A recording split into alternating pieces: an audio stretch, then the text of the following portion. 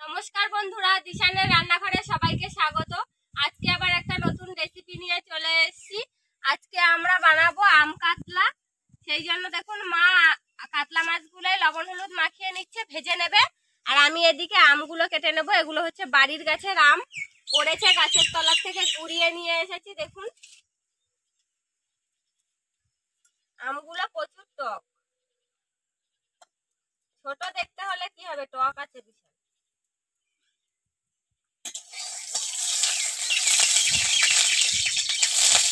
আমি এবার মাছগুলো ভেজে নেব।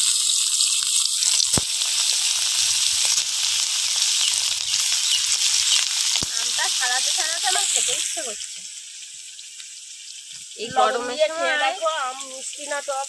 এই গরমের সময় আম, মানে আম কেন, যে কোনো টক জিনিস দারুণ লাগে খেতে, লবণ দিয়ে।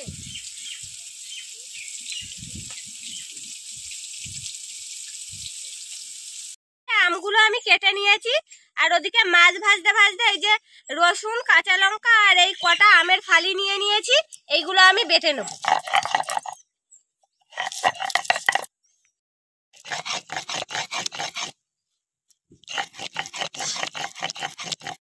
মাছ ভাজা হয়ে গেছে দেখুন। মাছটা কড়া করে ভাজবো না, একটু হালকা করে ভেজে নিয়েছি যেহেতু টক হবে। এবার মাছগুলো তুলে নেব। শুকনো লঙ্কা,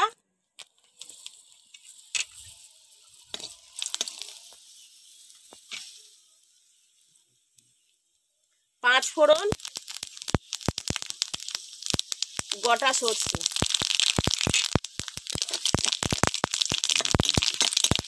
এবার এই যে কাঁচা লঙ্কা, আম আর যে পেস্ট করে রাখা হয়েছে, এবার এটা তেলের মধ্যে দিয়ে একটু ভালো করে কষিয়ে নেব।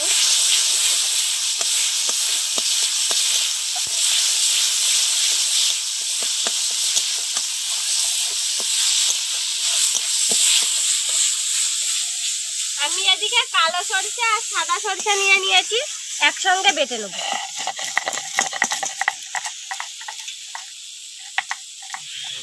লবণ,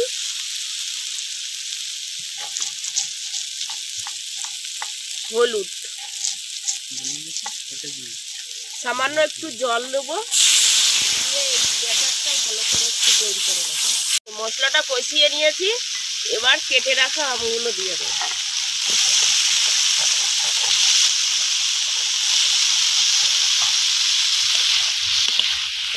আপনারাও এরকম ভাবে আম কাতলা তৈরি করবেন বাড়িতে, দারুণ লাগবে খেতে এই গরমের সময়।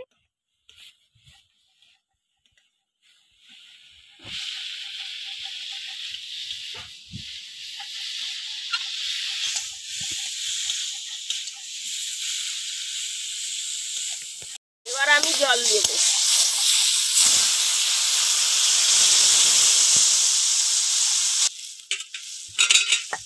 এবার ভেজে রাখা মাছগুলো দিয়ে দেবো।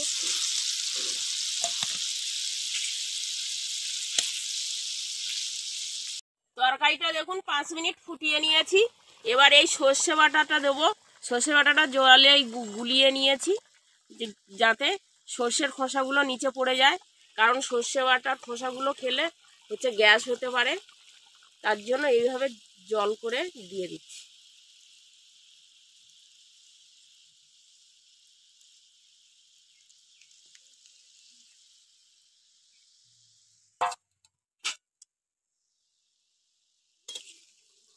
আর 5 মিনিট ফুটিয়ে নেব সর্ষে বাটা দেওয়ার পরে। এবার একটু স্বাদ মতন আমি চিনি দিয়ে দেবো। এবার চিনি দেওয়ার পর 2 মিনিট আবার একটু ফুটিয়ে নেব।